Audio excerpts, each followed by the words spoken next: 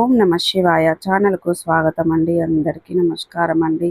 ఈరోజు ఈ వీడియోలో మనం కుంభరాశి వారి యొక్క జాతకం గురించి తెలుసుకుందాం. వీరి జీవితానికి సంబంధించినటువంటి ప్రధానమైనటువంటి అంశాలు ఏంటి, అలాగే 2026వ సంవత్సరం మే 24వ తారీఖు ఆదివారం రోజున రేపటి రోజున దినఫలాల ప్రకారం మీ జీవితంలో హఠాత్తుగా సాయంత్రం 5:35 తర్వాత జరిగేటువంటి కొన్ని అనూహ్యమైనటువంటి పరిణామాల గురించి మనం ఈరోజు ఈ వీడియోలో శ్రీ కంచి కామాక్షి అమ్మవారి జ్యోతిశక్తి పీఠం.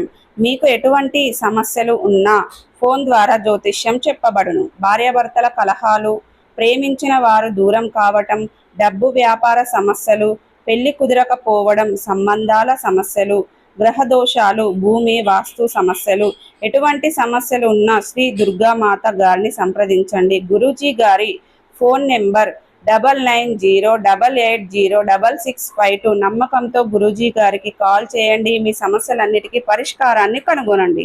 చర్చించుకోబోతున్నాం. అలాగే రేపటి రోజున మీ జీవితంలో కొన్ని ప్రత్యేకమైనటువంటి సంఘటనలన్నీ కూడా జరగబోయే అటువంటి అవకాశం అయితే ఉందని జ్యోతిష సూచనలు అయితే చెబుతున్నాయండి.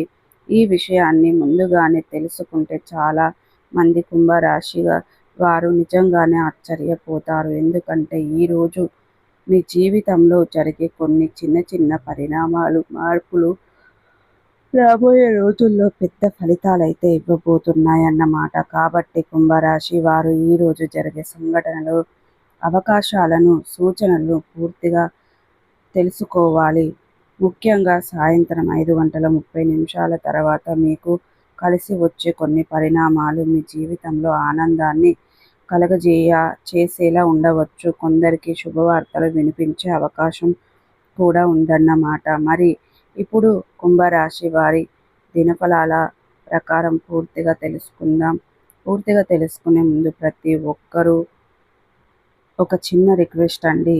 కొత్తగా మా ఛానల్ను ఎవరైనా చూస్తున్నట్లయితే దయచేసి మా ఛానల్ను సబ్స్క్రైబ్ చేసుకోండి. వీడియో కనుక నచ్చినట్టయితే లైక్ చేయండి, షేర్ చేయండి. మరిన్ని మంచి మంచి వీడియోల కోసం మా ఛానల్ అనేది త్వరగా సబ్స్క్రైబ్ చేసుకోవడం మర్చిపోకండి. ఇక అలాగే ఈరోజు దినఫలాల ప్రకారం కుంభరాశి జాతకులు తప్పకుండా షేర్ చేయడానికి మీ వంతు మీరు ప్రయత్నం అయితే చేయండి. ఇప్పుడు కుంభరాశి వారి దినఫలాలు మనం పూర్తిగా తెలుసుకుందాం. రాశి చక్రంలో 12 రాశులు ఉంటాయి కదా, అందులో 11వ రాశి కుంభరాశికి కిందికి వస్తుంది. ఈ రాశికి అధిపతి శని దేవుడు. కుంభరాశి వారు సాధారణంగా చాలా ఆలోచనాత్మకంగా ఉండేవారన్నమాట. అంటే ఏ పని చేసినా కూడా ముందుగా ఆలోచించి నిర్ణయం తీసుకుంటే స్వభావం కలిగిన వారు. 1కి 10 సార్లు ఆలోచించి ఆ పని చెయ్యాలని ఒక నిర్ణయం అయితే తీసుకునే స్వభావం అయితే కలిగి ఉంటారు. కొంచెం మౌనంగా అనిపించినా కూడా హృదయంలో మాత్రం చాలా మంచి భావాలను అయితే కలిగి ఉంటారన్నమాట. ధనిష్ట నక్షత్రం 3, 4 పాదాలు, శతభిత నక్షత్రం 1, 2, 3, 4 పాదాలు, పూర్వాషాఢ నక్షత్రం 1, 2, 3, 4 పాదాల్లో జన్మించిన వ్యక్తులు కుంభరాశి కిందికి వస్తారు. ఈ నక్షత్రాల ప్రభావం వల్ల కుంభరాశి వారు చాలా తెలివిగా ఆలోచించేవారన్నమాట. సమాజంలో గౌరవం సంపాదించేలా లక్ష్యాన్ని కలిగి ఉంటారు. ఈ యొక్క